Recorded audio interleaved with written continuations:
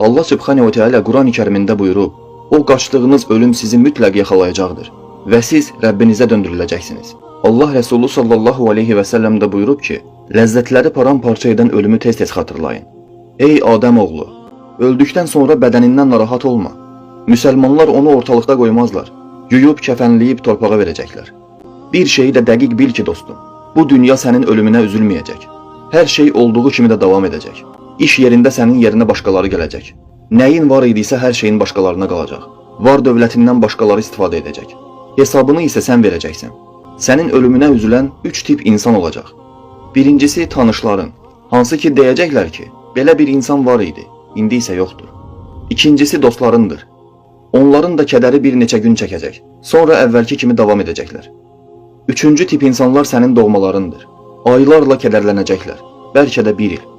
Amma sonra yenə də unudulacaqsan və beləliklə bu dünyada səndən heç nə qalmayacaq.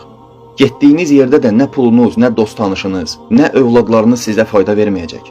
Orada sizə fayda verəcək tək şey sağ ikən etdiyiniz salih əməllərinizdir. Ona görə də hələ ki gec deyil, bu haqda düşünün. Həqiqətənmi siz elə düşünürsünüz ki, bu dünyaya əyləncə üçün gəlmisiniz?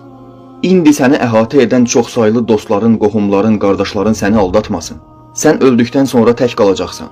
Qəbirə də tək girəcəksən. Haqq hesabını da tək verəcəksən. Həsən-ül Basri rəhiməhullah deyib ki, vallahi əgər siz ölünün getdiyi yeri görsəydiniz, onun dediyi sözləri eşitsəydiniz, cənazəni unudub öz halınıza ağlayardınız. Ölünün ruhu fəryad edib deyəcək ki, ey mənim qohumlarım və övladlarım, bu dünya məni aldatdığı kimi sizi də aldatmasın. Mən dünyadaykən halal harama baxmadan var dövlət yığdım. İndi isə onlardan başqaları istifadə edəcək. Amma hesabını isə indi mən verməliyəm. Mənim bu durumuma düşməkdən Allaha sığının. Bir gün İbn Mütiyə öz böyük, gözəl evinə baxıb ağlayaraq deyirdi. Vallahi ölüm olmasaydı, sənə baxıb sevinərdim.